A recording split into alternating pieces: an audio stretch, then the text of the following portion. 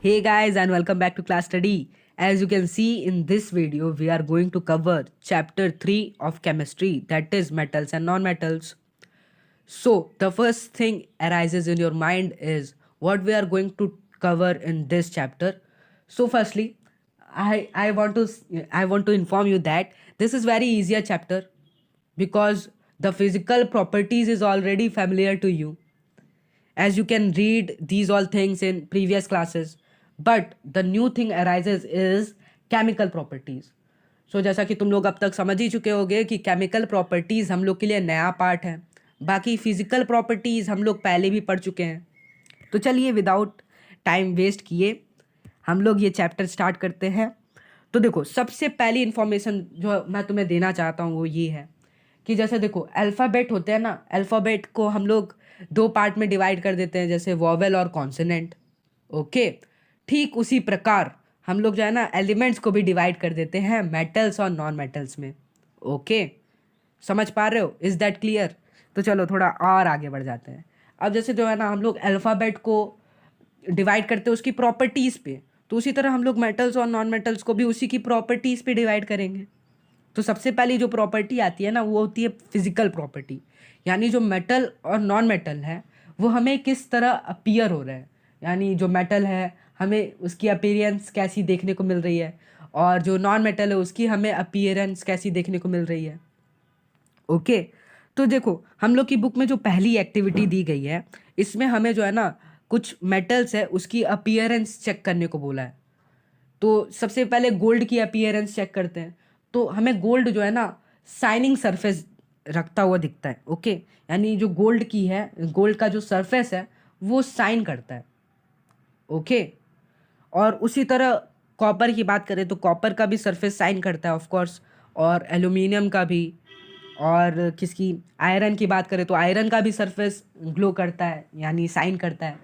हालांकि अगर रस्ट हो जाता है तब नहीं शाइन करता है, लेकिन हाँ मैं रस्टिंग के पहले की बात कर रहा हूँ. ओके, तो ये जो शाइनिंग सरफेस वाला जो प्रॉपर्टी है ना इसको हम लोग कहते हैं लस्टर.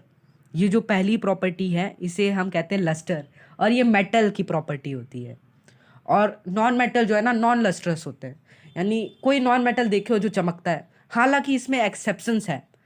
जैसा एक्सेप्शंस की अगर बात करें तो आयोडीन, आयोडीन तुम लोग जानते ही हो क्या होता है. आयोडीन जो है ना नॉन मेटल है लेकिन तब भी चमकता है. अब ये एक्सेप्शंस में आता है. अब डायमंड, डायमंड भी तुम लोग जानते हो नॉन मेटल होता है लेकिन वो भी चमकता है. ओके, देखो ये सारी इंफॉर्मेशन जो है ना यहाँ पे लिखी गई है. Shining surface, this process metallic lustre.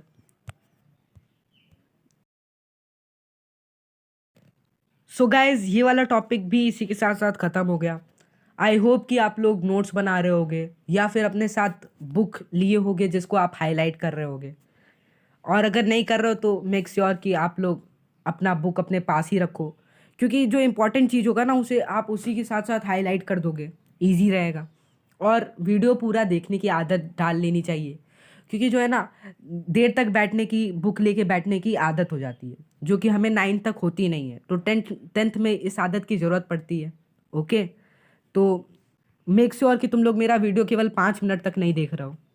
Okay, तो चलो अब थोड़ा और आगे बढ़ जाते हैं. और हाँ, अब आती है सेकंड टॉपिक जिसमें हम लोग हार्डनेस की बात करने वाले हैं. तो जैसा कि तुम लोग जानते हो कि जो मेटल्स होते हैं वो जनरली हार्ड होते हैं और नॉन मेटल्स जनरली ब्रिटल होते हैं. अब देखो ये मैंने जो है ना कॉमन सेंस वाली बात की है, जैसा कि तुम लोग अपनी सराउंडिंग में देख सकते हो कि जो मेटल होते हैं फॉर एग्जांपल आयरन काफ़ी ज़्यादा हार्ड होता है. और अ, अपनी लेफ्ट हैंड साइड में तुम लोग नॉन मेटल्स को देख सकते हो जो कि काफ़ी ज़्यादा ब्रिटल होता है, फॉर एग्जांपल वुड. अब तुम लोग खुद ही कंपेयर करो ना कि अगर तुमको वुड को तोड़ना है तो वुड इजीली ब्रेक हो सकता है, but iron iron easily break नहीं हो सकता. ओके, तो this property is called hardness. तो अब तुम लोग एक और चीज़ जो है ना प्रैक्टिकल इसमें बोला गया है कि हमें एक शार्प नाइफ से जो है ना मेटल्स को कट करना है. अब एक एक्सेप्शन आता है यहाँ पे, आयरन एल्यूमिनियम ये सब तो कट नहीं होंगे, बट जो अल्कली मेटल है, यानी क्या मैंने बोल दिया, पोटेशियम और सोडियम. ओके, ये काफ़ी ज़्यादा सॉफ्ट मेटल्स होते हैं जो कि इजीली नाइफ से भी कट हो जाएंगे. ओके, तो ये बात याद रखनी है। एक्सेप्शंस वाली बात जो है ना तुम लोग कॉपी में लिख लो जल्दी से, क्योंकि ये सारी चीज़ें भूलनी नहीं है। Okay, because these are facts. और अब आते हैं नॉन मेटल साइड में। नॉन मेटल साइड में भी एक एक्सेप्शन है। तो एक्सेप्शन है डायमंड। डायमंड नॉन मेटल होता है, बट फिर भी ये इतना हार्ड होता है ना कि तुम इसको तोड़ नहीं सकते, ऑफ कोर्स नहीं तोड़ सकते। और ये इतना हार्ड होता है कि सारे मेटल से भी हार्ड होता है। Hardest metal, sorry hardest non metal होता है। ओके, तो ये दोनों एक्सेप्शंस तुम लोग लिख लो। चलो अब थोड़ा और नीचे आ जाते हैं, और अब हम लोग बात करने वाले हैं दूसरी प्रॉपर्टी की, सॉरी तीसरी प्रॉपर्टी की, दैट इज मैलिएबिलिटी। अब ये क्या होता है? अब तुम लोग को जो है ना एक और प्रैक्टिकल करना है। प्रैक्टिकल तो वैसे नहीं करना है, बस सुनते जाओ। तो ये प्रैक्टिकल ये है कि तुम लोग को जो है ना हैमर लेना है, और हैमर से आयरन पे 2-3 बार, मतलब 4 से 5 टाइम स्ट्राइक करना है। अब इससे क्या होगा, तुम्हें आयरन एक सीट में देखने को मिल जाएगा, एक सीट में कन्वर्ट हो जाएगा। This property is called malleability. Okay, तो मेटल्स जो है ना जनरली मैलिएबल होते हैं, जबकि नॉन मेटल्स में तुम्हें ऐसी प्रॉपर्टी देखने को नहीं मिलेगी। अब तुम लोग वुड की बात कर लो, तो वुड पे चाहे तुम लोग कितना भी स्ट्राइक कर दो, वो टूट जाएगा, लेकिन सीट में कन्वर्ट नहीं होगा। ओके, उसके लिए कारपेंटर्स आते हैं जो उसे सीट में कन्वर्ट करते हैं, वो तो दूसरा मेथड है ना, तुम लोग समझ ही जा रहे होगे। ओके, तो अब हाँ, अब यहाँ पे एक और इन्फॉर्मेशन दी गई है कि गोल्ड और सिल्वर जो होते हैं ना, वो काफ़ी ज़्यादा मोस्ट मैलिएबल मेटल्स होते हैं। अब ये क्यों? अब जैसे कि तुम लोग जानते हो, गोल्ड जो है ना काफ़ी ज़्यादा मैलिएबल होता है, इसलिए जो है ना उसको जो है ना एलॉय किया जाता है कॉपर के साथ या तो सिल्वर के साथ, ताकि उससे जो तुम लोग के जो कैसे समझाऊं, जैसे जो है ना गोल्ड काफ़ी ज़्यादा सॉफ्ट होता है, तो उसको एलॉय किया जाता है ताकि तुम लोग के ऑर्नामेंट्स बनाए जा सके, समझे? सिल्वर को उतनी एलॉय की ज़रूरत नहीं पड़ती, और गोल्ड को जो है ना या तो कॉपर के साथ या तो सिल्वर के साथ एलॉय किया जाता है ताकि ऑर्नामेंट बनाया जा सके। ये बात याद रख लेना। अब थोड़ा और नीचे आ जाते हैं, और अब यहाँ पे हमें क्या देखने को मिलता है? अब यहाँ पे हमें एक प्रॉपर्टी देखने को मिलती है, that is called ductility. Now I want to know how many of you guys are familiar to ductility. कितने लोग अभी तक ये जानते हैं? तो मेरे ख्याल से जानते होंगे काफ़ी सारे बच्चे, क्योंकि 8th क्लास में ही पढ़ा था। और अगर भूल गए तो मैं किस लिए हूँ यार, मैं याद दिला दे रहा हूँ। तो देखो, डक्टिलिटी वो प्रॉपर्टी होती है जिससे मेटल को थिन वायर में ड्रॉ किया जा सकता है। कोई नई बात तो नहीं है तुम लोग के लिए। ओके, तो अब इसका भी एग्जांपल दे सकता हूँ। जैसे तुम लोग के घर में कॉपर का वायर देखने को मिलता है, एल्यूमिनियम का वायर देखने को मिलता है। अब एक बात और यहाँ पर फैक्ट के रूप में लिखी गई है कि जो गोल्ड होता है ना, इसका सबसे लंबा वायर तुम लोग ड्रॉ कर सकते हो। अब गोल्ड काफ़ी ज़्यादा रेजिस्टेंस उसमें नहीं होता है, रेजिस्टेंस बहुत कम होता है गोल्ड में, इसलिए इलेक्ट्रिसिटी भी काफ़ी अच्छी प्रोवाइड कर सकता है गोल्ड। बट हम लोग गोल्ड को इतना अफोर्ड नहीं कर सकते, इतना एफर्ड नहीं कर सकते, इसलिए हम लोग जो है ना गोल्ड को एज अ वायर यूज़ नहीं करते। नहीं तो ऑर्नामेंट्स की चोरी कम होती, वायर की चोरी ज़्यादा होती। समझ रहे हो बात को? तो चलो अब थोड़ा और नीचे आ जाते हैं। हाँ, अब हमें देखने को मिलेगा हीटिंग इफेक्ट। तो जैसा कि तुम लोग जानते हो, मेटल्स गुड कंडक्टर रखते हैं किसकी? हीट की। और इलेक्ट्रिसिटी के भी गुड कंडक्टर होते हैं मेटल्स। क्लियर? ये सब चीज़ें तुम लोग पहले से ही जानते हो, इसलिए जो है ना इस पे उतना डीप तुम लोग देखो, मैं पूरा डीप पढ़ा रहा हूँ, पॉइंट टू पॉइंट पढ़ा रहा हूँ। तुम लोग की एनसीईआरटी में इतना डीप नहीं दिया है। वो इसलिए नहीं दिया है क्योंकि ये खुद इतना मान के चल रहा है कि तुम्हें ये सारी चीज़ें पहले से पता है। समझ रहे हो? तो चलो, अब अब जो है ना हम लोग मेटल की हीटिंग इफेक्ट के बारे में जानने जा रहे हैं। ओके, तो जैसे देखो ये प्रैक्टिकल में दिया गया है कि हमें जो है ना एक मेटल रॉड लेनी है। अब उसको तुम लोग यहाँ हीट कर रहे हो, लेकिन तुम्हें हीटिंग इफेक्ट जो है ना इधर भी फील होगा। वो क्यों? क्योंकि जो है ना मेटल गुड कंडक्टर होते हैं किसके? हीट के। तो ये जो हीट है वो यहाँ से इधर ट्रांसफ़र हो जाएगा, और तुम्हें यहाँ पर भी हीट फील होगी। सिमिलरली तुम लोग इसको जो है ना इलेक्ट्रिसिटी से भी कंपेयर कर सकते हो कि अगर यहाँ पे एक सॉकेट हो तो तुम्हें इलेक्ट्रिसिटी यहाँ पर भी फील होगी। ओके, तो इधर से दो चीज़ें क्लियर हो गई। मेटल्स जो है ना गुड कंडक्टर ऑफ हीट और इलेक्ट्रिसिटी होते हैं, गुड कंडक्टर होते हैं। तो देखो यहाँ पर कंडक्शन ऑफ इलेक्ट्रिसिटी की बात की गई है। इसमें कॉपर वायर ले सकते हो तुम लोग, तो तुम्हें क्या देखने को, अब तुम ही लोग सोचो ना, अगर कॉपर वायर हम लोग के घरों में होता है एज अ वायर, तो इसका मतलब वो इलेक्ट्रिसिटी कंडक्ट करता होगा, तभी हम लोग उसको यूज़ कर रहे हैं ना। क्लियर? तो चलो अब थोड़ा और आगे बढ़ जाते हैं। अब बात करने वाले हैं हम लोग नॉन मेटल्स की। तो अब वही चीज़ें जो है ना, हम लोग को प्रैक्टिकल सब नॉन मेटल्स पे करने हैं। तो चलो जल्दी जल्दी एक्सेप्शंस देख लेते हैं। वापस से एक्सेप्शंस बता दे रहा हूँ, तुम लोग के लिए इजी रहेगा। अब हमने पहली बात की थी किसकी, साइनिंग सरफेस की। तो आयोडीन और डायमंड, ये दोनों नॉन मेटल्स होते हुए भी साइन करते हैं, that is called exception. Okay, exception है मतलब इसको छोड़कर बाकी सारे नॉन मेटल ऐसी प्रॉपर्टी नहीं रखते, बाकी सब साइनिंग सरफेस नहीं रखते। बस आयोडीन और डायमंड दो ऐसे नॉन मेटल हैं जो कि साइनिंग सरफेस होते हैं, जिसका साइनिंग सरफेस होता है। Okay, clear? अब हार्डनेस की बात कर ले, तो हार्डनेस में एक्सेप्शन है ओनली डायमंड। तो ये सब चीज़ें तुम लोग लिखते जाओ, प्लीज़ प्लीज़ प्लीज़ प्लीज़ लिखते जाओ, काफ़ी ज़्यादा इंपॉर्टेंट है, लिखते जाओ। अब मैलिएबिलिटी, इसमें कोई एक्सेप्शन नहीं है, डक्टिलिटी में भी कोई एक्सेप्शन नहीं है, और कंडक्शन ऑफ हीट में भी नहीं। हाँ, और इलेक्ट्रिसिटी में, कंडक्शन ऑफ इलेक्ट्रिसिटी में एक एक्सेप्शन है। क्या है वो एक्सेप्शन? तुम्हें याद होगा, काफ़ी ज़्यादा इंटरेस्टिंग बात जो लगती है ना, वो दिमाग में बैठ जाती है। और अगर 8th क्लास तुमने कायदे से पढ़ा है तो तुम्हें याद होगा कि ग्रेफाइट एक ऐसा नॉन मेटल है जो कि इलेक्ट्रिसिटी कंडक्ट करता है। ओके, और अगर तुम लोग को याद है तो ग्रेफाइट जो है ना, कार्बन का एक फॉर्म होता है। ओके, तो चलो ये सारी बातें हो गई, हमने एक्सेप्शन की बात कर ली, और इसी के साथ साथ, so friends, now we are going to talk about the property of metals that is called sonorous. So I want to know it from you that how many of you guys are familiar to sonorous property? I can challenge you that most of you had already seen this property in your practical life, in your daily life. So देखो, जो ये sonorous वाली property होती है ना, ये तुम लोग अपनी डेली लाइफ में भी देखते हो।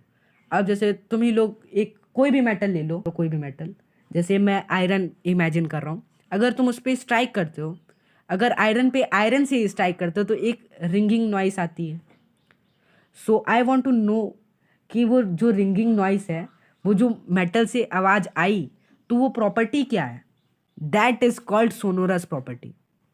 ओके, मैंने तुमको बोला था ना कि ये वाली जो प्रॉपर्टी है इसको तुम काफ़ी अच्छी तरीके से जानते हो, और अपनी प्रैक्टिकल लाइफ में, अपनी डेली लाइफ में तुम देख भी सकते हो।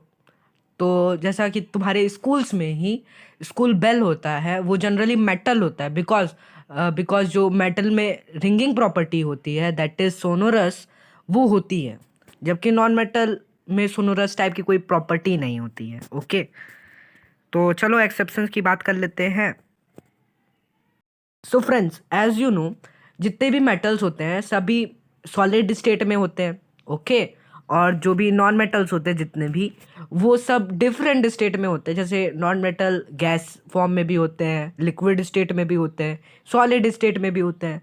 सॉलिड स्टेट में वुड हो गया, लिक्विड स्टेट में आयोडीन हो गया। ओके, और गैसियस स्टेट में ऑक्सीजन, दीज ऑल थिंग्स। सो अब यहाँ पर एक एक्सेप्शन ये है कि मर्क्यूरी एक मेटल है, फिर भी ये लिक्विड होता है। ओके, रूम टेम्परेचर पे लिक्विड होता है। ये सारी बातें हमने 8th क्लास में भी पढ़ी थी, तो होप कि ये सब बातें आप लोग याद रख रहे हो और नोट बना रहे हो इसका, फैक्ट का। प्लीज़ नोट बना लो फैक्ट का। और अब बात आती है गैलियम और सेजियम की। जैसा कि तुमने जाना कि मेटल्स का बॉइलिंग और मेल्टिंग पॉइंट काफ़ी ज़्यादा हाई होता है, लेकिन गैलियम और सेजियम का जो मेल्टिंग पॉइंट है ना, काफ़ी ज़्यादा लो होता है, जबकि ये सब मेटल्स होते हैं। गैलियम और सेजियम का मेल्टिंग पॉइंट इतना लो होता है कि अगर तुम इसको अपनी हथेली पे रखते हो ना, तब भी ये पिघल जाते हैं, मेल्ट हो जाते हैं। ओके, अब मैंने आयोडीन की बात तुम्हें बताई थी, जो कि नॉन मेटल होते हुए भी लस्ट्रस होता है। अब जैसा कि तुम लोग जानते हो, कार्बन अपनी डिफरेंट फॉर्म में एग्जिस्ट करता है, इसके काफ़ी ज़्यादा एलोट्रॉप्स होते हैं। ओके, तो कार्बन का एक एलोट्रॉप है डायमंड, जो कि नॉन मेटल होते हुए भी काफ़ी ज़्यादा हार्ड है, ये भी बात मैंने तुम्हें बताई है। और कार्बन का एक और एलोट्रॉप होता है जिसको तुम लोग काफ़ी अच्छी तरीके से जानते हो, काफ़ी पुरानी दोस्ती भी रही है उससे, क्योंकि पेंसिल पेंसिल की जो लीड होती है दैट इज ग्रेफाइट वो कार्बन का एक फॉर्म है, यानी कार्बन का एक एलोट्रोप है। तो जो ग्रेफाइट है ना वो इलेक्ट्रिसिटी कंडक्ट करती है, but as you know non metals जो होते हैं बैड कंडक्टर ऑफ इलेक्ट्रिसिटी होते हैं, बट कार्बन का ये जो फॉर्म है यानी ग्रेफाइट ये इलेक्ट्रिसिटी कंडक्ट करता है। समझ पा रहे हो? और हाँ, एक और बात मैंने बोली थी कि जितने भी मेटल्स होते हैं वो जनरली हार्ड होते हैं, बट एल्कली मेटल्स यानी लिथियम, सोडियम और पोटेशियम ये सब इतने सॉफ्ट होते हैं और इनकी डेंसिटी इतनी वीक होती है कि तुम इसको नाइफ से इजीली कट कर सकते हो। ओके, तो देखो अब हमने बात कर ली, ये सारी बातें ख़त्म हो चुकी है। अब हम लोग केमिकल प्रॉपर्टीज़ के तरफ बढ़ रहे हैं, यानी अब हम लोग का प्रमोशन हो गया एक तरफ से, और अब हम लोग थोड़ी हार्ड लेवल की बात करेंगे। देखो केमिकल प्रॉपर्टीज़ जो है ना कुछ हार्ड है नहीं, क्लियर। इसमें हम लोग बेसिकली रिएक्शन की बात करेंगे, कभी मेटल का ऑक्सीजन के साथ रिएक्शन कराएंगे, कभी मेटल का वाटर के साथ रिएक्शन कराएंगे, बस रिएक्शन कराने वाले हम लोग। ओके, तो चलो, हाँ, तो अब हम लोग मेटल का जो है ना ऑक्सीजन के साथ रिएक्शन कराने वाले हैं। अब तुम लोग सोचोगे यार ऑक्सीजन के साथ क्यों, इसमें तो एयर की बात की गई है। तो देखो जब कभी भी एयर की बात की जाती है या बर्निंग ऑफ मेटल की बात की जाती है तो हम लोग जो है ना ऑक्सीजन के साथ ही रिएक्शन कराते हैं, क्लियर। तो जब कभी भी बर्निंग ऑफ मैग्नीशियम रिबन की बात की जाए तो तुम लोग को सीधा सीधा सोच लेना ना कि बस मैग्नीशियम का ऑक्सीजन के साथ रिएक्शन कराना है, प्रोडक्ट हमें मिल जाएगा। ओके, तो चलो अब मेटल का अब हम लोग ऑक्सीजन के साथ रिएक्शन करने वाले हैं। रिकॉल करो एक्टिविटी 1.1 जो हमने फर्स्ट चैप्टर में पहली पेज पे पहली एक्टिविटी पढ़ी थी, जिसमें हमने मैग्नीशियम रिबन को बर्न किया था, तो हमें मैग्नीशियम ऑक्साइड देखने को मिला था ना। सिमिलरली मैग्नीशियम मेटल है, तो मेटल को जब ऑक्सीजन के साथ रिएक्ट कराओगे तो मेटल ऑक्साइड देखने को मिलेगा। इजी इजी था ना ये। तो देखो यही चीज़ यहाँ लिखी गई है। मैग्नीशियम की जगह अगर तुम कॉपर ले लो तो सेम प्रोडक्ट देखने को मिलेगा, यानी कॉपर ऑक्साइड देखने को मिलेगा। सेम प्रोडक्ट मतलब ये नहीं कि कॉपर का ऑक्सीजन के साथ रिएक्शन करा रहे हो तो मैग्नीशियम ऑक्साइड देखने को मिल रहा है। ओके, सेम प्रोडक्ट मतलब ऑक्साइड देखने को मिलेगा, मेटल ऑक्साइड देखने को मिलेगा। ओके, सिमिलरली अगर कॉपर की जगह एल्यूमिनियम को रखते हो तो हमें एल्यूमिनियम ऑक्साइड देखने को मिलेगा। अब एक बात तुम लोग जो सेकंड चैप्टर में पढ़ चुके हो कि जो मेटल ऑक्साइड होते हैं ना, जितने भी मेटलिक ऑक्साइड होते हैं सब बेसिक होते हैं नेचर में।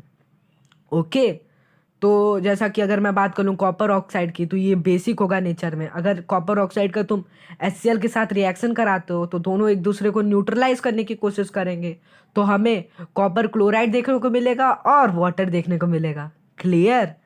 तो अब एक और चीज़ कि एम्फोटेरिक ऑक्साइड क्या होते हैं। जैसे देखो मैंने बोला ना कि कुछ मेटलिक ऑक्साइड जो होते हैं, जनरली मेटलिक ऑक्साइड, देखो मैं एक वर्ड बोल रहा हूँ जिस पे गौर करना है तुम्हें। Generally metallic oxide are basic in nature, समझ पा रहे हो? जनरली मतलब आम तौर पे। कुछ मेटलिक ऑक्साइड ऐसे भी होते हैं जो एसिडिक बिहेव करते हैं और बेसिक भी बिहेव करते हैं, यानी दोनों तरह से बिहेव करते हैं। तो वो मेटल ऑक्साइड समझ पा रहे हो ना? थोड़ा ये वाली बात को थोड़ा ध्यान से सुनना।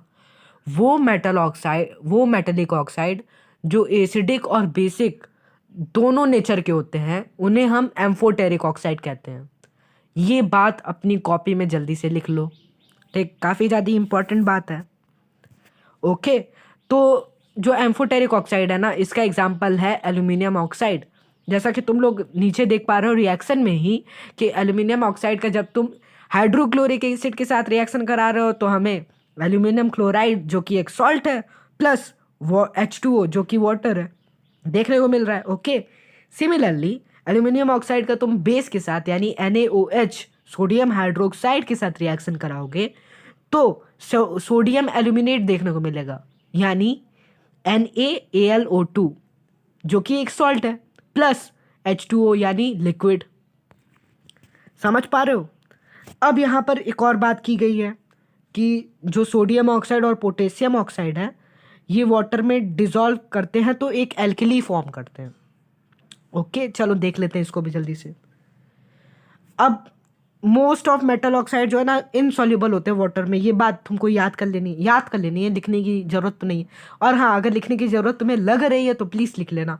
और चलो बात करते हैं सोडियम ऑक्साइड और पोटेशियम ऑक्साइड की। तो सोडियम ऑक्साइड का जब तुम वाटर के साथ रिएक्शन कराते हो तो सोडियम हाइड्रोक्साइड देखने को मिलता है। सिमिलरली पोटेशियम ऑक्साइड का अगर तुम वाटर के साथ रिएक्शन कराते हो तो तुम्हें पोटेशियम हाइड्रोक्साइड देखने को मिलेगा। क्लियर? समझ पा रहे हो ना? तो चलो अब थोड़ा और आगे बढ़ जाते हैं। हम लोग जो है ना, ये वाला जो टॉपिक था इसमें हम लोग बर्निंग इन एयर यानी ऑक्सीजन की बात कर रहे थे। तो अगर तुम डिफरेंट मेटल को ऑक्सीजन से बर्न करने की कोशिश करोगे, रिएक्ट कराने की कोशिश करोगे ऑक्सीजन से, तो डिफरेंट मेटल डिफरेंट टाइप से रिएक्ट करेंगे। जरूरी थोड़ी है कि सभी एलिमेंट, सभी जो मेटल्स हैं सभी सेम वे में रिएक्ट कराएं। ठीक है? तो उसी तरह सभी मेटल जो है ना सेम वे में रिएक्ट नहीं करते, कुछ दूसरे तरीके से रिएक्ट करते हैं। जैसा कि जो सबसे ज़्यादा रिएक्टिव होंगे वो काफ़ी ज़्यादा वाइग्रस रिएक्ट करेंगे। ओके? जो मॉडरेट होंगे वो मॉडरेट वे में रिएक्ट करेंगे, और जो लेस रिएक्टिव होंगे वो लेस तरीके से रिएक्ट करेंगे, और जो काफ़ी ज़्यादा लेस रिएक्टिव होंगे वो रिएक्ट ही नहीं करेंगे। समझ पा रहे हो? तो वही सारी चीज़ें यहाँ पे लिखी गई है कि पोटेशियम और सोडियम की बात की जाए तो ये काफ़ी ज़्यादा वाइगरस रिएक्ट करते हैं। इतना वाइगरस रिएक्ट करते हैं कि ये फायर यानी आग लग जाती है इनके रिएक्शन के प्रोसेस के थ्रू। ओके? और हाँ, एक बात और जहाँ से क्वेश्चन बनता है वो चीज़ मैं तुम्हें बता देता हूँ कि एक क्वेश्चन पूछा जाता है कि पोटेशियम और सोडियम को केरोसिन ऑयल में इमर्स करके क्यों रखा जाता है।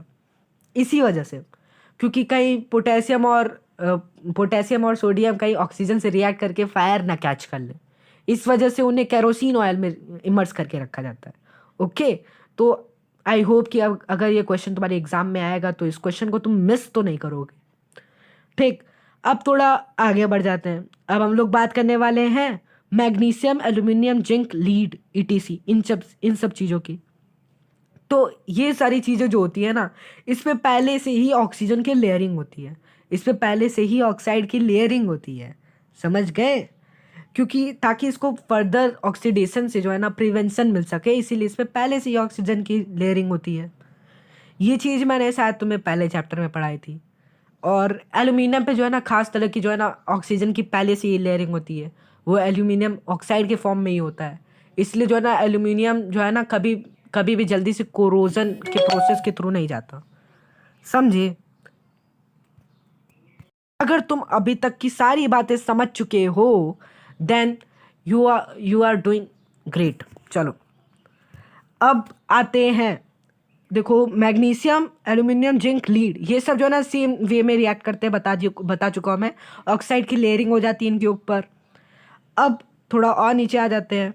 और हाँ, ये वाली वर्ड याद कर लेना, इन पे जो है ना ऑक्साइड की लेयरिंग नहीं, प्रोटेक्टिव ऑक्साइड की लेयरिंग हो जाती है, जो प्रोटेक्ट करती है फ्रॉम फर्दर ऑक्सीडेशन। क्लियर? चलो अब बात करते हैं किसकी? आयरन की। So guys, what about iron? तो तुम लोग जानते हो आयरन कभी बर्न नहीं करता, मतलब आयरन उतना जल्दी बर्न नहीं करता है। तो आयरन फिलिंग्स जो छोटी छोटी आयरन फिलिंग्स होती है बट वो बर्न करती है। ये बात याद कर लेना, आयरन बर्न नहीं करता ऑक्सीजन में, मतलब जल्दी बर्न नहीं करता है क्योंकि वो मेटल है। लेकिन आयरन फिलिंग्स वो भी मेटल है यार, मतलब आयरन फिलिंग्स भी मेटल है लेकिन छोटी छोटी होती है, दैट्स वाई ये बर्न करती है। अब हम लोग बात करने वाले हैं कॉपर की। तो तुम ही लोग बताओ यार, कॉपर मॉडरेट से थोड़ा नीचे आता है, लेस में आता है, तो ऑफ कोर्स ये रिएक्ट नहीं करेगा। तो देखो, इसके ऊपर जो है ना ब्लैक कलर की जो है ना लेयरिंग हो जाती है बस, बाकी ये रिएक्ट नहीं करता है, ऑक्सीजन में बर्न नहीं करता है। ओके? चलो अब बात कर, हाँ, कॉपर हॉट हो जाता है, मतलब गर्म हो जाता है लेकिन रिएक्ट नहीं करता। ठीक, ये बात याद रख लेना। अब बात करेंगे सिल्वर और गोल्ड की। तो सिल्वर और गोल्ड रिएक्ट ही नहीं करने वाले, चाहे कितना भी हाई टेम्परेचर कर लो, ये रिएक्ट ही नहीं करने वाले, because silver and gold are very least reactive metals as you know. अब हम लोग बात करने वाले हैं एनोडाइजिंग की। जैसा कि मैंने बताया था तुम्हें कि एल्यूमिनियम पे ऑक्सीजन की प्रोटेक्टिव लेयर हो जाती है, ऑक्साइड की प्रोटेक्टिव लेयरिंग हो जाती है जो फर्दर ऑक्सीडेशन से प्रिवेंट करती है। तो हमें एल्यूमिनियम को अगर एक्सट्रैक्ट करना है तो एनोडाइजिंग वाला एक प्रोसेस होता है जिससे हम जो एल्यूमिनियम है इसको अपने प्योर फॉर्म में देख सकते हैं। ठीक, तो इसमें क्या होता है, इसमें सिंपल सिंपल सी बात है, इलेक्ट्रोलाइसिस होती है जिसमें जो ऑक्सीजन गैस इवॉल्व होती है वो एनोड गैस के पास चली जाती है और हमें एल्यूमिनियम देखने को मिलता है। चलो, होप कि तुम्हें ये वाली चीज़ें भी समझ में आ गई होगी। अब हम लोग मेटल का वाटर के साथ रिएक्शन कराने वाले हैं, तो चलो मेटल का रिएक्शन कराते हैं वाटर के साथ। देखो, ये जो है ना, ये एक ही रिएक्शन है, इसमें कंफ्यूज होने वाली कोई बात ही नहीं है। ये स्टेप फर्स्ट है और ये स्टेप सेकंड है। और हम लोग पहले से ही आलसी हैं तो हम लोग इतना बड़ा लिखेंगे नहीं। हम लोग इसको फाइनल ऐसे दिखाते हैं कि metal plus water gives metal hydroxide, direct दिखाते हैं। लेकिन इसके अंदर जो है ना इंटरनल स्टेप्स होते हैं। वो क्या होता है, पहले मेटल जो है ना वाटर के साथ रिएक्ट करके मेटल ऑक्साइड प्लस हाइड्रोजन बनाता है, फिर वही मेटल ऑक्साइड वाटर के साथ रिएक्ट करके मेटल हाइड्रोक्साइड बना देता है। क्लियर? चलो अब आते हैं रिएक्शन पे। जैसा कि तुम लोग देख सकते हो, है वाटर के साथ रिएक्ट करेगा, सबसे पहले ये पोटेशियम ऑक्साइड बनाएगा, फिर प्लस हाइड्रोजन गैस बनाएगा। क्लियर? लेकिन बताओ तुम, वाटर तो उसमें से गायब हुआ नहीं, वाटर तो रहेगा ही, वाटर से फिर भी रिएक्शन चल रहा है उसका, तो वो पोटेशियम हाइड्रोक्साइड में कन्वर्ट हो जाएगा और हाइड्रोजन गैस तो इवॉल्व हो ही रही है। क्लियर? तो हमें फाइनल आंसर ये देखने को मिलेगा जब कभी भी पोटेशियम का रिएक्शन, सॉरी मेटल का रिएक्शन वाटर के साथ कराते हो तो हमें फाइनल प्रोडक्ट देखने को मिलेगा metal hydroxide plus hydrogen gas, ये वाला चीज़ इधर कॉपी। और ये काफ़ी ज़्यादा एक्सोथर्मिक प्रोसेस होता है। As you can see here, heat energy is releasing, मतलब हीट एनर्जी रिलीज हो रही है। ओके, अब हम लोग सेम जो रिएक्शन है, और हाँ देखो, पोटेशियम और सोडियम जो है ना काफ़ी ज़्यादा रिएक्टिव होता है मेटल, जैसा कि तुम लोग अभी तक तो समझ ही चुके होगे। तो सोडियम और पोटेशियम काफ़ी ज़्यादा वाइगरस रिएक्ट करने वाला है, वायलेंट रिएक्ट करेगा। ठीक, तो काफ़ी ज़्यादा एक्सोथर्मिक प्रोसेस हो जाएगा। सिमिलरली अब हम लोग कैल्शियम का वाटर के साथ रिएक्शन करेंगे तो हमें calcium hydroxide plus hydrogen gas देखने को मिलेगा। तो अब एक चीज़ जो तुम्हें नोट कर लेनी है वो ये है कि ये जो कैल्शियम जो है ना ये फ्लोट करेगा अपने सरफेस पे बिकॉज ऑफ हाइड्रोजन गैस, क्योंकि हाइड्रोजन गैस बबल के फॉर्म में है। ओके, तो ये जो है ना स्टिक हो जाएगा अपने सरफेस पे। सिमिलरली मैग्नीशियम भी अपने सरफेस पे स्टिक हो जाएगा। बट एक बात यहाँ पर नोटिस करने वाली ये है कि जो मेटल्स होते हैं ना, मतलब जो मैग्नीशियम है ना, इसको ये कोल्ड वाटर से रिएक्ट ही नहीं कर पाएगा। जैसा कि तुम लोग खुद ही देखो, सोडियम और पोटेशियम की बात की, ये भी कोल्ड वाटर से रिएक्ट करता है। कैल्शियम की बात की तो ये भी कोल्ड वाटर से रिएक्ट करता है। बट जो मैग्नीशियम है ना, इसको कोल्ड वाटर नहीं चाहिए, इसको हॉट वाटर चाहिए। हो सकता है इसके गले में कुछ प्रॉब्लम हो इस वजह से, तो इसको ये जो ना हॉट वाटर से रिएक्ट करता है। ये बात तुम याद कर लेना, और अगर लिखनी है तो ये बात ऐसे नोट में लिख सकते हो। चलो अब बात करने वाले हैं मेटल लाइक एल्यूमिनियम। जो एल्यूमिनियम होते हैं ये मॉडरेट में हम लोग आ चुके हैं। ओके, तो जो सॉरी लेस में आ चुके हैं। मॉडरेट तो ये था ना, कैल्शियम था मॉडरेट, कैल्शियम और मैग्नीशियम मॉडरेट में आते हैं। अब हम लोग एल्यूमिनियम, आयरन, जिंक इन सब की बात करने वाले हैं। तो ये सब कोल्ड वाटर से रिएक्ट नहीं करते, इन्हें चाहिए हॉट वाटर। ठीक, तो अब एक और बात,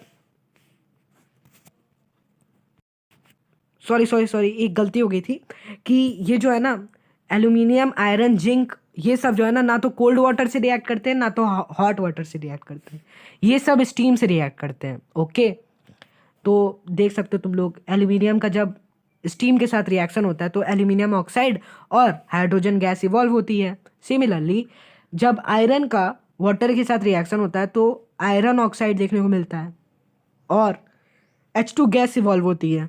ओके, आई होप कि तुम्हें अब तक की सारी चीज़ें समझ में आई होंगी और अभी तक कोई डाउट तो बिल्कुल नहीं हुआ होगा। अगर हुआ है तो इसका मतलब तुम्हें रेस्ट लेने की ज़रूरत है। तो अगर डाउट अभी तक नहीं हुआ है तो ग्रेट, चलो आगे बढ़ते हैं। अब हम लोग बात करने वाले हैं मेटल्स का रिएक्शन एसिड के साथ कैसे होगा। तो देखो, ये वाला रिएक्शन जो है ना हमने सेकेंड चैप्टर में भी पढ़ा है, तो इसमें काफ़ी ज़्यादा कंफ्यूज होने की ज़रूरत नहीं है, क्योंकि अब तो ये सारी चीज़ें हम लोग काफ़ी बार पढ़ रहे हैं, रिएक्शन काफ़ी टाइम से हमें देखने को मिल रहा है, तो ये सब चीज़ें याद हो जाती हैं। तो देखो, मेटल्स का जब भी डाइल्यूट एसिड के साथ यानी एसिड के साथ रिएक्शन होता है तो सॉल्ट प्लस हाइड्रोजन गैस देखने को मिलती है, ये हमें पहले से ही पता है। ओके, तो चलो देखते हैं एग्जाम्पल से हमें ज़्यादा बेटर समझ में आता है। वैसे एग्जाम्पल दिया नहीं है, चलो मैं देता हूँ एग्जाम्पल। तो एग्जाम्पल लेते हैं, मेटल ले लेते हैं मैग्नीशियम, और एसिड हमारा वही रहेगा फेवरेट वाला HCl। तो हमें प्रोडक्ट क्या देखने को मिलेगा? प्रोडक्ट देखने को मिलेगा magnesium chloride plus H2 gas. Okay, ठीक है, तो चलो नीचे आ जाते हैं। अब यहाँ पे एक इन्फॉर्मेशन दी गई है, एक एक्सेप्शन है कि देखो एसिड जैसे HCl हो गया, CH3COOH हो गया, इन सब में H2 गैस इवॉल्व होती हुई दिखेगी, बट जो HNO3 होता है यानी नाइट्रिक एसिड होता है, इसमें H2 गैस इवॉल्व नहीं होती है। प्लीज़ इसको नोट कर लेना, ये जो इन्फॉर्मेशन मैं बोल रहा हूँ ना, इसको नोट कर लेना प्लीज़। तो जब भी नाइट्रिक एसिड के साथ किसी भी मेटल का रिएक्शन कराते हो तो नाइट्रोजन फॉर्म में गैस इवॉल्व होती है, या तो नाइट्रोजन ऑक्साइड या तो नाइट्रोजन डाइऑक्साइड। ओके, जैसे कि तुम लोग इधर देख सकते हो, देखो इन सब फॉर्म में होती है। बट इस एक्सेप्शन के अंदर भी एक एक्सेप्शन ये है कि अगर HNO3 का मैग्नीशियम या मैग्नीज के साथ रिएक्शन कराते हो तो हमें H2 गैस देखने को मिलती है। ओके, आई होप कि तुम्हें ये इसमें तो कोई डाउट नहीं होना चाहिए, क्योंकि ये काफ़ी इजी था। अब एक और चीज़ कि कॉपर का जो है ना HCl के साथ कोई रिएक्शन होता ही नहीं है। तो अगर मान लो एग्ज़ाम में आया कि कॉपर का HCl के साथ रिएक्शन करना है तो तुम सीधा साधा लिख दोगे नो रिएक्शन। ओके, तो अब कॉपर और HCl में रिएक्शन क्यों नहीं होता? तो तुम लोग जानते हो कॉपर काफ़ी ज़्यादा लेस रिएक्टिव होता है, तो अब समझ ही चुके हो तुम लोग क्यों नहीं। अब हम लोग आने वाले हैं, अब हम लोग पढ़ने जा रहे हैं एक नया टॉपिक, एक्वा रीजिया। ये हम लोग के लिए नई चीज़ है।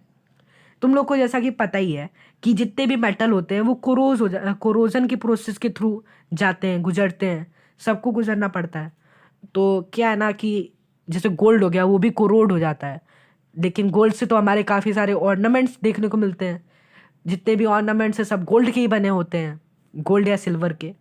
तो अब तुम ही लोग सोचो कि अगर मान लो गोल्ड की जो शाइनिंग प्रॉपर्टी है यानी जो लस्टर वाली प्रॉपर्टी है वो अगर गायब हो जाएगी तो क्या होगा? तो वही लस्टर वाली प्रॉपर्टी वापस लाने के लिए एक्वा रीजिया एक सोल्यूशन होता है जिसमें कंसनट्रेटेड हाइड्रोक्लोरिक एसिड और कंसनट्रेटेड नाइट्रिक एसिड को मिक्स किया जाता है। किस रेशियो में? 3:1 रेशियो में। ओके, याद रहेगा ये, प्लीज़ याद कर लेना। ओके, तो अगर मान लो हाइड्रोक्लोरिक एसिड तुम 3 मिलीलीटर डाल रहे हो तो कॉन्सेंट्रेटेड नाइट्रिक एसिड 1 मिलीलीटर होगा। क्लियर? तो इस सोल्यूशन में तुम्हारे ऑर्नामेंट को डालते ही तुम्हारा ऑर्नामेंट वापस से साइन करने लगेगा। क्लियर? तो इससे जो है ना एक और चीज़ होता है कि अगर मान लो तुम्हारा ऑर्नामेंट 15 ग्राम का है तो इस प्रोसेस के बाद वो 12 ग्राम का हो जाएगा। वो जो 3 ग्राम है ना वो उसी सॉल्यूशन में रहता है। तो ओके, ये सारी बातें तो तुम लोग समझ ही चुके हो। अब हम लोग मेटल को रिएक्ट करने वाले हैं मेटल सॉल्ट से। This gonna be displacement reaction. ये एक डिस्प्लेसमेंट रिएक्शन का टाइप है। ओके, तो यहाँ पे हम लोग फेवरेट वाला रिएक्शन लेने वाले हैं अपना, यानी मेटल ए की जगह ले लो फेरस यानी iron, salt solution of B की जगह ले लो कॉपर सल्फेट। ठीक, तो हमें देखो फेरस पता है ज़्यादा मोस्ट रिएक्टिव है, तो ये कॉपर को उसके कंपाउंड से हटाकर अपना कंपाउंड बना देगा और फेरस सल्फेट हो जाएगा। ओके, और मेटल भी अलग हो जाएगा जो कि कॉपर है। क्लियर? चलो अब आगे बढ़ते हैं। ग्रेट, तो अब हम लोग पढ़ने वाले हैं reactivity series. So this is a new one जिसके लिए मैं काफ़ी ज़्यादा इंटरेस्टेड था कि ये वाली चीज़ें जो है ना तुमको याद कर लेनी है। अरे ये वाला, ये जो है ना ये तुम प्लीज़ याद कर लेना, क्योंकि इस पे काफ़ी ज़्यादा क्वेश्चन होते हैं इस पे बेस्ड। ओके, जैसे देखो मैं तुम्हारी बुक में ही दिखा दे रहा हूँ, ये देखो कहीं और जाने की ज़रूरत नहीं है, ये देखो बुक में ही अगर तुम ये वाली एक्टिविटी वो रिएक्टिविटी सीरीज याद कर लेते हो तो ये वाला जो क्वेश्चन है ना इस टाइप का, ये काफ़ी इजीली सॉल्व कर सकते हो। अब आ जाते हैं कि मेटल का रिएक्शन नॉन मेटल के साथ कैसे कराते हैं। जैसा कि तुम्हें पता है कितने भी कोई भी एलिमेंट हो, सभी अपना जो है ना ऑक्टेव कंप्लीट करना चाहते हैं, यानी जो आउटर मोस्ट सेल है उसमें इलेक्ट्रॉन एकदम कंप्लीट करना चाहते हैं, जो नोबल गैस कॉन्फ़िगरेशन होती है उसको अटेन करना चाहते हैं। तो उसको अटेन करने के लिए जो मेटल होते हैं वो डोनेट करते हैं इलेक्ट्रॉन्स, और जो नॉन मेटल होते हैं वो रिसीव करते हैं इलेक्ट्रॉन्स। क्लियर? तो वही जो प्रॉपर्टी है उसका हम लोग यूज़ करने वाले हैं, जिसके जिसके थ्रू हम लोग आयोनिक बॉन्ड, ये जो एक टॉपिक है, इसको कवर करने वाले हैं। तो आउटर मोस्ट सेल को कंप्लीट करने के लिए ये देखो, ये कुछ बातें दी गई है जो कि तुमने 9th क्लास में भी पढ़ी है। तो डायरेक्ट मैं इधर आ रहा हूँ, होप कि तुम्हें ये सब चीज़ें पहले से ही पता है। वैसे इसमें बताना क्या है, ये तो तुम्हें पहले से ही पता है कि देखो, हाँ प्लीज़, एटॉमिक नंबर होता है ना 1 से लेकर 20 तक, यानी हाइड्रोजन से लेकर कैल्शियम तक, ये सारे तुमको याद कर लेने हैं। जैसे हाइड्रोजन का 1 होता है, अचानक से ऐसे पूछ देगा सोडियम का एटॉमिक नंबर क्या होता है, तो तुमको बताने में ईजी होगा ना कि सोडियम का एटॉमिक नंबर 11 होता है।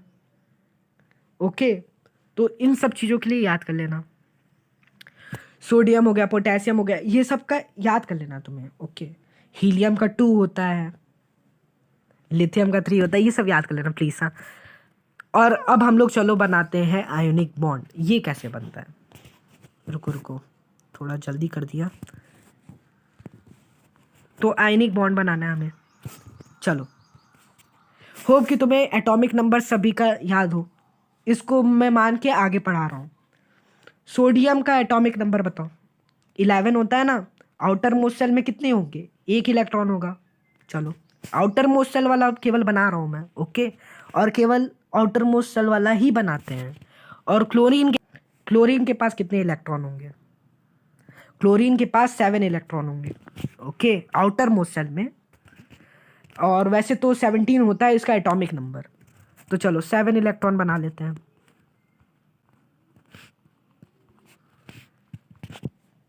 अब जो है ना, ये पॉजिटिव है, ये निगेटिव है, तुम्हें पहले से ही पता है। तो अब जो है ना, ये क्लोरीन को एक इलेक्ट्रॉन चाहिए। अब अगर एक इलेक्ट्रॉन क्लोरीन को मिल जाएगा तो ये नोबल गैस कॉन्फ़िगरेशन अटेन कर लेगा, और अगर सोडियम एक इलेक्ट्रॉन डोनेट कर देगा तो इसको भी एक नोबल गैस कॉन्फ़िगरेशन मिल जाएगी, और दोनों कंपाउंड बन जाएंगे। ओके, तो नोबल गैस कॉन्फ़िगरेशन अटेन करने के लिए सोडियम अपना ये वाला इलेक्ट्रॉन डोनेट कर देता है क्लोरीन को, और सोडियम पॉजिटिव आयन बन जाता है और क्लोरीन निगेटिव आयन बन जाता है। क्लियर? वही चीज़ देखो हमें यहाँ पे बताई गई है। जैसा कि तुम लोग देख सकते हो कि सोडियम के पास 11 इलेक्ट्रॉन होते हैं, जिसमें से एक वो डोनेट कर रहा है, और वो जो इलेक्ट्रॉन ये डोनेट हुआ, ये वाला जो इलेक्ट्रॉन डोनेट हुआ, वो क्लोरीन में ऐड हो जा रहा है, जिससे 288 आउटर मोस्ट सेल कंप्लीट हो जा रही है। 288, तुम्हें पता है कि आउटर मोस्ट सेल में 8 इलेक्ट्रॉन्स होने चाहिए, अगर वो KLM, ये वाला तुम लोग पहले से ही पढ़े हुए हो। तो रुको, मैं शॉर्ट में बता ही देता हूँ, अगर मान लो तुम लोग भूल गए तो। देखो, KLM, ये 3 सेल होते हैं। K सेल में मैक्स टू मैक्स 2 इलेक्ट्रॉन्स होने चाहिए, और L सेल में 8, और M सेल में मैक्सिमम 8 इलेक्ट्रॉन्स होने चाहिए। तो L और 8 में जो है ना मैक्सिमम 8 इलेक्ट्रॉन होने चाहिए, तब वो जो एलिमेंट है वो नोबल गैस कॉन्फ़िगरेशन अटेन कर लेगा। अगर उसके पास केवल K सेल है तो उसके आउटर मोस्ट सेल में 2 इलेक्ट्रॉन्स होने चाहिए। क्लियर? तो चलो देखो, ये वाला जो इलेक्ट्रॉन है ये क्लोरीन में ऐड हो जाता है, तो इसका आउटर मोस्ट सेल कंप्लीट हो जाता है 288। लास्ट वाले सेल में 8 इलेक्ट्रॉन्स हो जाते हैं, अरे सॉरी, 8 इलेक्ट्रॉन्स हो जाते हैं। तो देखो, कंपाउंड बन जाता है ये। समझ में आया? चलो ग्रेट। अब हमने काफ़ी ज़्यादा भयंकर वाला टॉपिक कंप्लीट कर लिया है। इसका एक और एग्जांपल देखो दिया गया। अब हम लोग दूसरा एग्जांपल कवर करने वाले हैं, यानी मैग्नीशियम और क्लोरीन की फॉर्मेशन, यानी मैग्नीशियम क्लोराइड की फॉर्मेशन देखने वाले हैं। तो चलो, अब तुम लोग से मैं जानना चाहता हूँ कि मैग्नीशियम का एटॉमिक नंबर कितना होता है। मैग्नीशियम का एटॉमिक नंबर होता है 12, इसको याद कर लेना। और सारे एटॉमिक नंबर तुम लोग याद कर लोगे तो तुम लोग के लिए ईजी रहेगा। तो देखो मैग्नीशियम का जो है एटॉमिक नंबर है वो 12 होता है, यानी आउटर मोस्ट सेल में 282, आउटर मोस्ट सेल में 2 इलेक्ट्रॉन्स होंगे। ओके, 2 इलेक्ट्रॉन्स हो गए मैग्नीशियम के।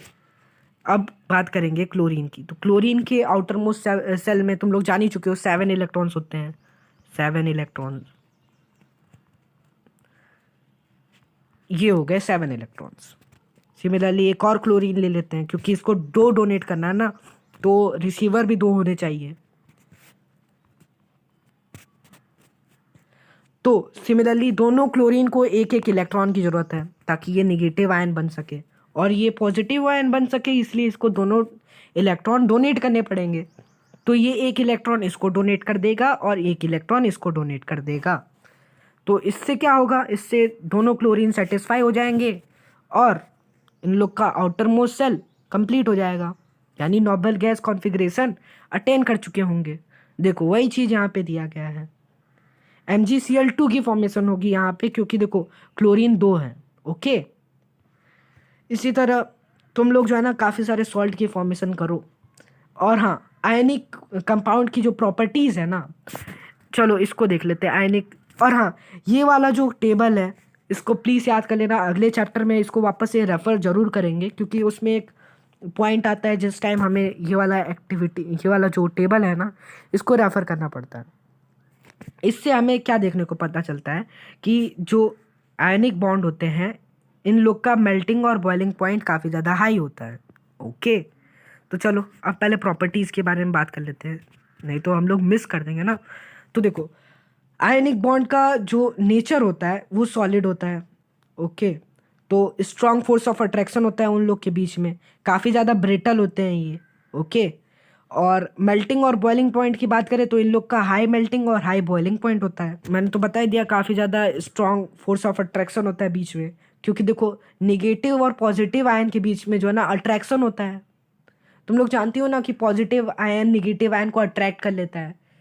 जैसा कि तुम लोग मैग्नेट वाले चैप्टर में भी पढ़े थे कि नॉर्थ पोल साउथ पोल को अट्रैक्ट करता है। सिमिलरली जो निगेटिव आयन होता है वो पॉजिटिव आयन को अट्रैक्ट करता है। और ये तो आयनिक बॉन्ड है ना, इसमें देखो पॉजिटिव और निगेटिव आयन का लेन देन तो रहता ही है। तो इस वजह से अट्रैक्शन, फोर्स ऑफ अट्रैक्शन जो है ना इसके बीच में काफ़ी ज़्यादा होता है, एट अ हायर लेवल होता है। इन लोग के बीच में हायर लेवल का फोर्स ऑफ अट्रैक्शन होता है और सल्यूबल इन वाटर होते हैं। तुम ही लोग नोटिस करो ना, सोडियम क्लोराइड की बात करें हम लोग यानी सॉल्ट, तो वो वाटर में सल्यूबल होता है, तभी ना हम लोग उसको वाटर में मिला के यूज़ करते हैं।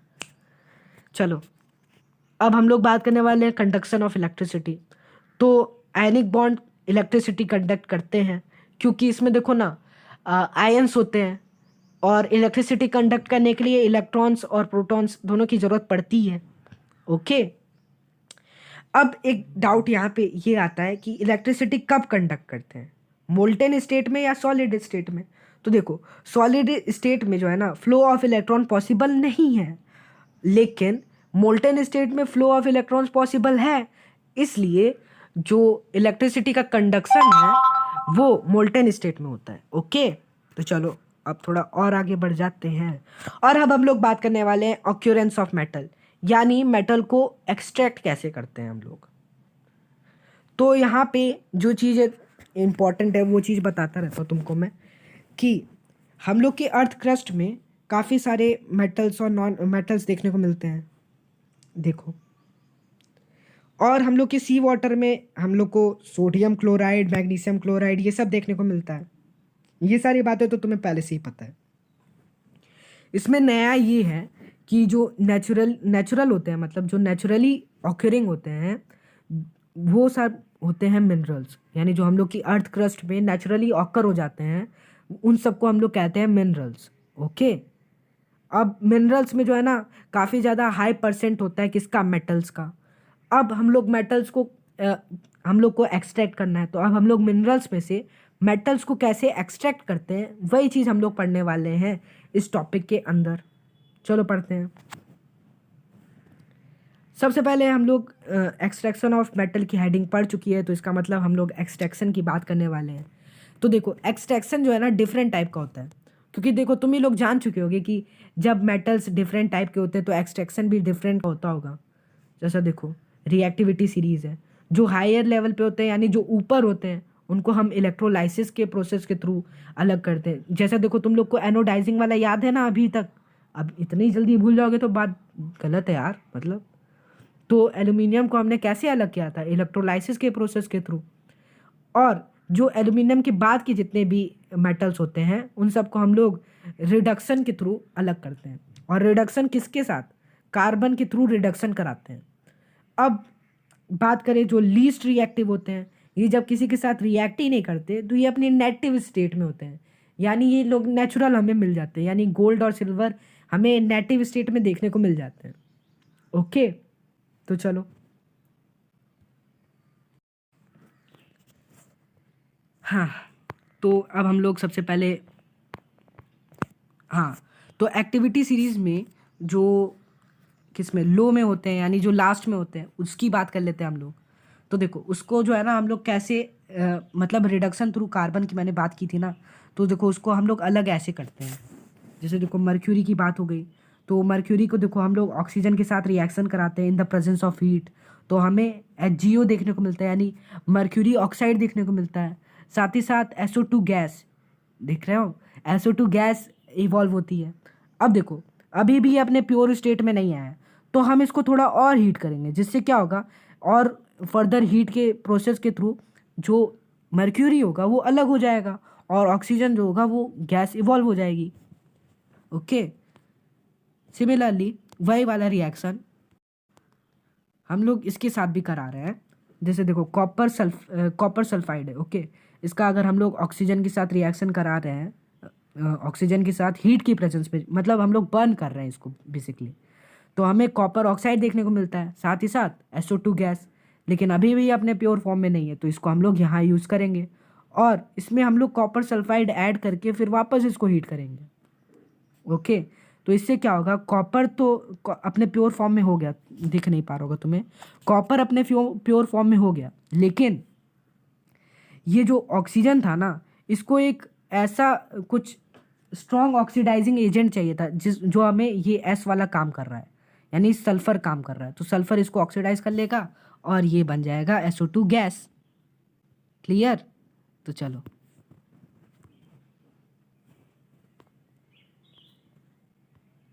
अब हम लोग मिडल में आ चुके हैं, यानी बीच में आ चुके हैं एक्टिविटी सीरीज के। तो देखो बीच में अब कैसे इन लोग को अलग करना है, सेम वही चीज़ हम लोग करने वाले, लेकिन अब हम लोग का प्रोसेस हो जाएगा कैल्सिनेशन, यानी अब प्रोसेस बदल रहा है। ओके, तो देखो अब इसको भी अलग करते हैं। चलो देखते हैं इसको कैसे अलग करेंगे। देखो जिंक सल्फाइड है, इसको सबसे पहले तुम ऑक्सीजन के प्रेजेंस में हीट करोगे तो हमें जिंक ऑक्साइड देखने को मिलेगा, साथ ही साथ सल्फर डाइऑक्साइड गैस होगी। अब देखो ये, अब हम लोग जिंक कार्बोनेट जो है इसको अगर हीट करते हैं तो जिंक ऑक्साइड अलग हो जाएगा, साथ ही साथ CO2 यानी कार्बन डाइऑक्साइड गैस हमें अलग देखने को मिल जाएगी।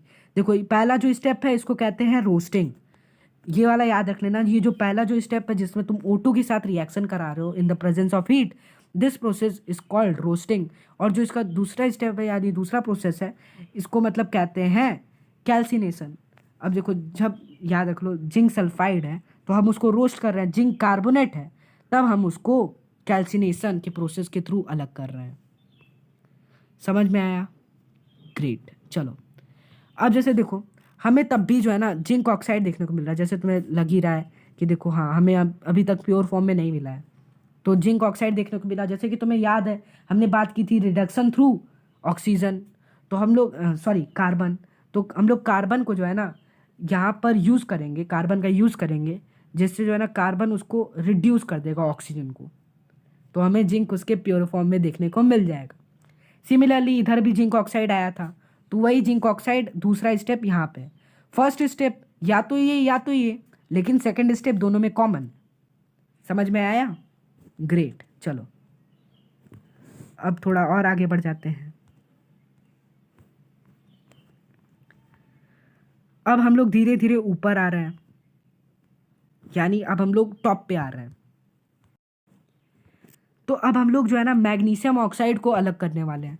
तो मैग्नीशियम ऑक्साइड का सबसे सिंपल है यार, इसको बस एल्यूमिनियम से रिएक्ट कर दो, मैग्नीशियम अलग हो, सॉरी यार मैग्नीशियम बोला था, मैग्नीस अलग हो जाएगा, मैग्नीस ऑक्साइड है ये, उसका एल्यूमिनियम के साथ रिएक्शन कराओगे तो मैग्नीस अलग हो जाएगा और एल्यूमिनियम ऑक्साइड अलग हो जाएगा। देखो मैग्नीस अपने प्योर फॉर्म में आ गया। ये काफ़ी ज़्यादा एक्सोथर्मिक प्रोसेस होता है, ये भी याद रख लेना। ग्रेट, चलो अब हम लोग फेरिक ऑक्साइड यानी फेरस ऑक्साइड को अलग करने वाले हैं, और ये जो रिएक्शन है ना इसको थर्मिट रिएक्शन बोलते हैं, प्लीज़ इसको याद कर लेना। रेलवे ट्रैक करके काफ़ी ज़्यादा क्वेश्चन आता है इसमें। रेलवे ट्रैक को ज्वाइन करने के लिए हम लोग कौन सा रिएक्शन यूज़ करते हैं, तो समझ रहे हो ना, इसको याद कर लेना। जो फेरिक ऑक्साइड है इसका जब भी तुम एल्यूमिनियम के साथ रिएक्शन कराते हो तो आयरन हमें अलग देखने को मिलता है और एल्यूमिनियम ऑक्साइड अलग हो जाता है, साथ ही साथ हीट इवॉल्व होती है। ओके चलो, सो गाइज अब हम लोग आ चुके हैं टॉप पे, यानी एक्टिविटी सीरीज की टॉप पे आ चुके हैं। अब हम लोग टॉप वाले एलिमेंट को एक्सट्रैक्ट करने वाले हैं। जैसे जैसे एक एक प्रोसेस बढ़ रहा है काफ़ी ज़्यादा डिफ़िकल्टी आती जा रही है। सिमिलरली ये भी उतना डिफ़िकल्ट तो नहीं है, वैसे समझने में थोड़ा हो सकता है दिक्कत आए। अब देखो, अब हम लोग बात करने वाले हैं सोडियम क्लोराइड की। अगर सोडियम क्लोराइड वाला केस समझ गए तो बाकी सारा केस तुम लोग के लिए ईजी हो जाएगा। चलो एक बना लेते हैं कैथोड और एक बना लेते हैं एनोड। इधर उल्टा है, इधर कैथोड जो है ना पॉजिटिव है, एनोड निगेटिव है, हम लोग उल्टा बोलते हैं इधर। ओके, अब पहले सोडियम की बात कर लेते हैं, सोडियम और क्लोरीन। देखो सोडियम क्लोराइड में दो एलिमेंट होते हैं, सोडियम और क्लोराइड, ठीक, अलग अलग होते हैं, अलग अलग कर लिया हम लोग। चलो वाटर में है, इलेक्ट्रोलाइसिस के प्रोसेस के थ्रू अलग अलग हो गया। ओके, तो अब बात आती है कि ये हमें देखने को कहाँ मिलेगा, यहीं पे डाउट होता है। तो देखो सोडियम पॉजिटिव है तो ये हमें पॉजिटिव वाले पे नहीं दिखेगा, ये हमें निगेटिव वाले पे दिखेगा, एनोड पे दिखेगा। अब ये क्यों? क्योंकि तुम ही लोग बताओ ना, मैंने तुमको बताया पॉजिटिव आयन निगेटिव आयन को अट्रैक्ट करता है, तो सोडियम को एनोड अट्रैक्ट कर लेगा और क्लोरीन को पॉजिटिव वाला यानी कैथोड अट्रैक्ट कर लेगा। यही चीज़ लिखा हुआ है बुक में भी। रुको, ये देखो कैथोड पे हमें, देखो सोडियम हमें एनोड पे कैथोड पे देखने को मिलेगा, मैंने उल्टा बनाया था उधर। तो देखो वापस से बता दे रहा हूँ, कन्फ्यूज़न इसमें ज़्यादा रहती है, वैसे मैं मानता हूँ कन्फ्यूज़न इसमें रहती है क्योंकि कन्फ्यूज़न वाला ये है ही, केस भी है। तो सोडियम और क्लोराइड, ठीक, तो सोडियम पॉजिटिव है और क्लोरीन निगेटिव है, तो सोडियम हमें देखने को मिलेगा निगेटिव वाले पे यानी इधर, क्लोरीन देखने को मिलेगा पॉजिटिव वाले में, because negative ion attracts positive ion and positive ion attracts negative ion. तो सोडियम को कैथोड अट्रैक्ट कर लेगा और क्लोरीन को एनोड अट्रैक्ट कर लेगा। और प्लीज़ हाँ, ये इस पे डाउट अभी भी रहेगा तुम लोग को, अगर समझ में आ गया तो ग्रेट, तब आगे बढ़ सकते हो, अगर नहीं समझ में आया तो वापस से इसको प्ले कर लेना, नहीं तो इस पे भी एक अलग से वीडियो बना दूंगा क्योंकि ज़्यादा हार्ड टॉपिक है ना ये, तो अगर अलग से तुम्हें देखना है तो अलग से भी इस पे वीडियो बना दूंगा। चलो, रिफाइनिंग ऑफ मेटल, जैसे देखो इलेक्ट्रोलाइसिस के प्रोसेस के थ्रू अब हम लोग को मेटल एक्सट्रैक्ट हो चुका है। यहाँ पे जो इम्पोर्टेंट बात आती है वो ये आती है, जो मेटल होते हैं जैसे कि कॉपर, जिंक, निकल, ये सारे जो है ना रिफाइंड हो जाते हैं इलेक्ट्रोलाइसिस के प्रोसेस के थ्रू ही। ओके, और कुछ इम्प्योर मेटल होते हैं जो कि एनोड पे जाते हैं, और जो प्योर मेटल की स्ट्रिप होती है वो हमें कैथोड पे देखने को मिलती है। अब ये क्यों, मैंने तुम्हें बताया ना, कैथोड होता है निगेटिव वाला और मेटल पॉजिटिव होता है, तो निगेटिव पॉजिटिव को अट्रैक्ट करेगा। क्लियर? चलो, ये सारी बातें तो तुम्हें समझ में आ ही गई होगी। अब हम लोग बात करेंगे कोरोजन की। कोरोजन हमने पिछले क्लास में भी पढ़ा है, पिछले क्लास में बोल रहा हूँ, सॉरी, पिछले चैप्टर में भी पढ़ा है, मतलब चैप्टर फर्स्ट में पढ़ा था कोरोजन। तो जो सिल्वर आर्टिकल होता है ना, बस इधर जो है ना फैक्ट वाली चीज़ है, ये चीज़ तुम लोग जल्दी जल्दी नोट करते जाओ क्योंकि ये चैप्टर अब ख़त्म होने वाला है, कॉन्ग्रेट्स। तो सिल्वर आर्टिकल होता है ना, ये जब तुम इसको एयर से एक्सपोज करते हो तो इस पर इस पर जो है ना ये ग्रे कलर का हो जाता है। ओके, सॉरी, ब्लैक कलर का हो जाता है, भूल गया था। तो सिल्वर जो है ना आर्टिकल, वो जब कोरोड हो जाता है तो वो ब्लैक कलर में कन्वर्ट हो जाता है, कॉपर ग्रीन में कन्वर्ट हो जाता है, और आयरन तो तुम लोग जानते ही हो ब्राउन कलर में हो जाता है। ओके, तो चलो देखो, सिल्वर आर्टिकल को जब तुम लोग एयर से एक्सपोज करते हो, यानी ऑक्सीजन से रिएक्शन जब होगा सिल्वर का, तो वो ब्लैक कलर में कन्वर्ट हो जाएगा, जैसा कि तुमने पहली एक्टिविटी में। और हाँ प्लीज़ एक चीज़ याद रख लेना कि सिल्वर का जो, जब सिल्वर कोरोजन के प्रोसेस के थ्रू गुजर चुका होता है तो वो Ag2S होता है, यानी सिल्वर क्लोराइड होता है, सिल्वर ऑक्साइड नहीं होता है। प्लीज़ ये बात भूलना नहीं। सिल्वर सल्फाइड देखने को मिलता है हमें, सिल्वर क्लोराइड नहीं देखने को मिलता है, क्योंकि ये सल्फर के साथ रिएक्ट करता है और कोटिंग सिल्वर सल्फाइड की बनाता है, तो ज़्यादातर कन्फ्यूज़न यहाँ पे देखने को मिलती है। क्लियर? तो इधर से भी कोई डाउट होना नहीं चाहिए। अब हम लोग बात करने वाले हैं कॉपर पे। कॉपर पे ग्रीन कलर की कवरिंग हो जाती है, और जो ये ग्रीन कलर का सब्सटेंस होता है ना, ये कॉपर कार्बोनेट होता है। ओके, समझ पा रहे हो? सिल्वर में सल्फाइड, कॉपर में कार्बोनेट। क्लियर? अब हम लोग बात करने वाले आयरन की। आयरन को जब हम लोग एयर से एक्सपोज करते हैं तो वो जो है ना, उसके ऊपर ब्राउन कलर की जो है ना लेयरिंग देखने को मिलती है, और इस प्रोसेस को हम लोग रस्टिंग कहते हैं। क्लियर? अब हम लोग कोरोजन की बात कर चुके हैं, अब हम लोग प्रिवेंशन की बात करने वाले हैं। ये देखो, एक्टिविटी में काफ़ी ज़्यादा इंटरेस्टेड हो तो इसको भी पढ़ सकते हो। वैसे मॉइस्चर, मेटल्स। अब हम लोग कोरोजन से प्रिवेंशन की बात करने वाले हैं, तो वही सब होता है। ये सब पहले से ही तुम्हें पता है, तो इस पे मेरे ख्याल से ज़्यादा टाइम वेस्ट करना तो सही नहीं होगा। जैसे देखो, हम लोग ऑयलिंग, पेंटिंग और ग्रीजिंग ये सारी चीज़ें करते हैं ताकि हम लोग कोई भी मेटल को प्रिवेंट कर सके फ्रॉम कोरोजन। ओके, और एक और प्रोसेस होता है गैल्वेनाइजेशन। क्रोम पेंटिंग भी होती है, एनोडाइजिंग तो बताया ही मैं तुमको, और एलॉय बनाना, जैसा कि गोल्ड वाला केस था, उसमें एलॉय बनाते हैं ताकि गोल्ड को थोड़ा हार्ड बनाया जा सके ऑर्नामेंट्स के थ्रू। ओके, और चलो, कुछ छूटा तो नहीं ना है?